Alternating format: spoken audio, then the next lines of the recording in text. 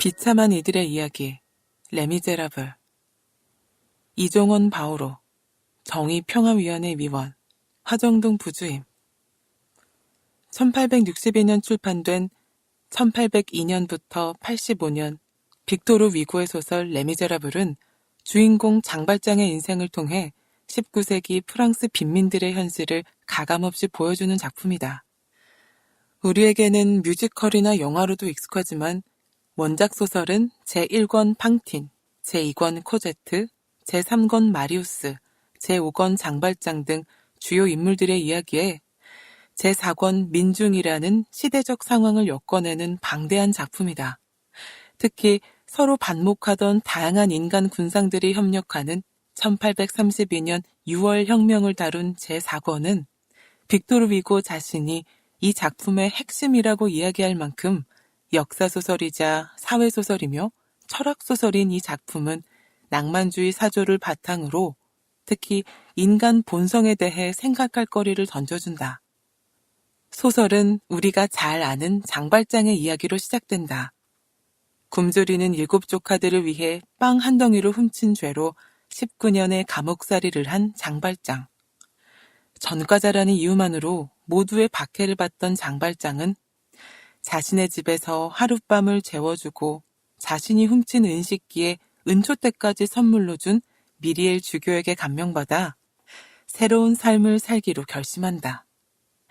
미리엘 주교의 사랑에 감동받은 장발장은 정체를 숨기고 마들렌이라는 새 이름으로 가난한 이들을 도우며 지내다 팡틴과 마주친다. 죽음을 눈앞에 둔 팡틴은 테나르디에 부부에게 맡겼던 자신의 딸 코제트를 장발장에게 부탁한다. 한편 자신과 비슷한 용모를 지닌 사람이 장발장으로 재판정에 선다는 것을 알게 된 장발장은 크게 고민하다가 재판정을 찾아가 자신이 진짜 장발장임을 밝힌다. 다시 감옥에 끌려간 그는 물에 빠진 선원을 구하고 난 뒤 수영하여 탈출하고 테나르디에 부부에게 혹사당하던 코제트를 구하고 입양하여 자신이 키우기 시작한다. 자베르의 눈을 피해 한 수도원에서 코제트를 키우다가 코제트에게 수도원 밖 삶을 보여주기 위해 파리로 이사한다.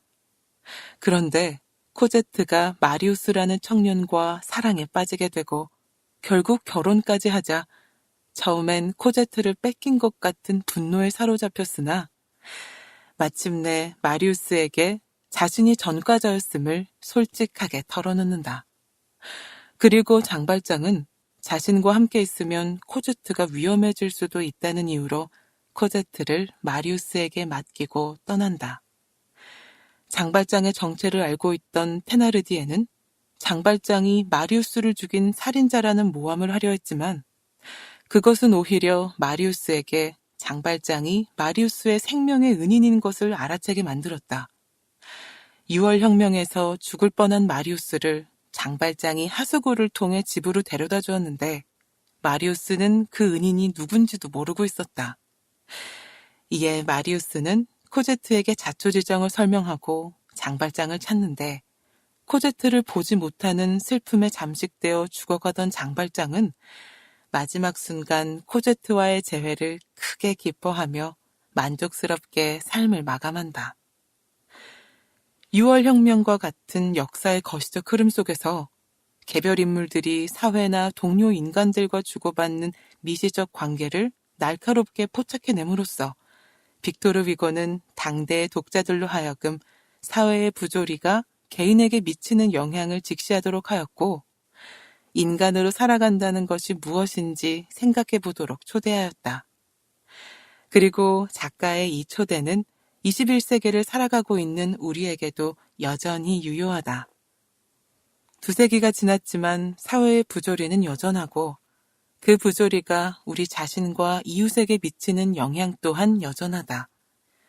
장발장의 모습에서 심심찮게 회자되는 소위 유전무죄, 무전유죄라는 말을 떠올리고 끝까지 장발장의 선의를 의심하며 그를 공경에 처하게 하는 자베르의 모습에서 사람은 고쳐 쓰는 게 아니라던 드라마 속 대사를 떠올리며 팡틴의 모습에서 사회 안전망의 보호를 받지 못해 온 가족이 비극적 선택을 한 소식을 떠올리게 되니 말이다.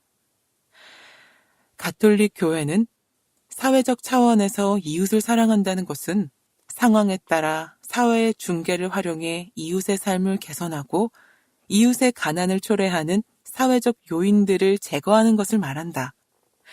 의심할 여지 없이 사랑의 행위, 자비의 행위를 통하여 인간은 바로 지금 여기에서 자기 이웃의 실제적이고 절박한 필요에 응하는 것, 사회교리 208항이라고 분명히 가르친다. 물론 쉽지 않은 일이다. 2월 혁명이 실패로 끝났던 것처럼 우리의 시도 또한 실패할 수 있다. 그러나 그 실패가 끝을 의미하는 것은 아니다. 1832년 6월 혁명의 실패가 또 다른 혁명의 마중물이 되었듯 우리의 시도가 실패하더라도 그것은 다른 시도의 마중물이 될 것이기 때문이다. 그리하여 교회가 세상 속에서 하느님 나라를 향해 끊임없이 순례길을 이어가듯 우리가 사회적 차원의 이웃사랑을 끊임없이 이어나갈 때 비참한 이들의 이야기는 마침내 행복한 이들의 이야기가 될 것이다.